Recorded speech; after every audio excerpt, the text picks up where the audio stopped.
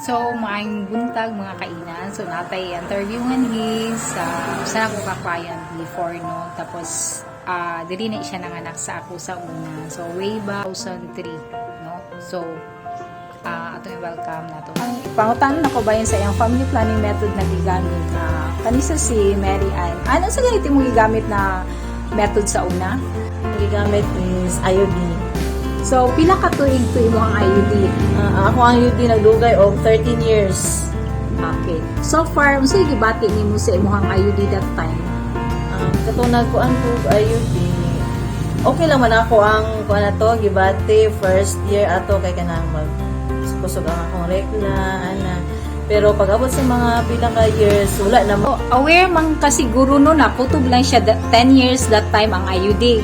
Aware na ko ato pero kini pod lagi usahay nga kana. Wala ta ba na magpa-check up sa nabo di siya 13 years ako. Pero so far kanang satisfied ba kasi mo paggamit sa IUD? 100%.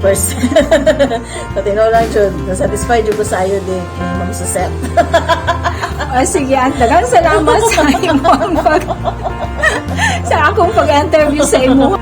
Yaw sa may advice para sa atong mga ubang mga inahan. Siguro ako as a inahan magkinahanglan ko ta mag-kuan contraceptives. Siguro ang ako ma-recommend IUD jud. Daghang salamat, Ma'am Set. mga kaina. Please subscribe Zet Midwife and please click your bell button for more next videos. Thank you. Pingon tanan.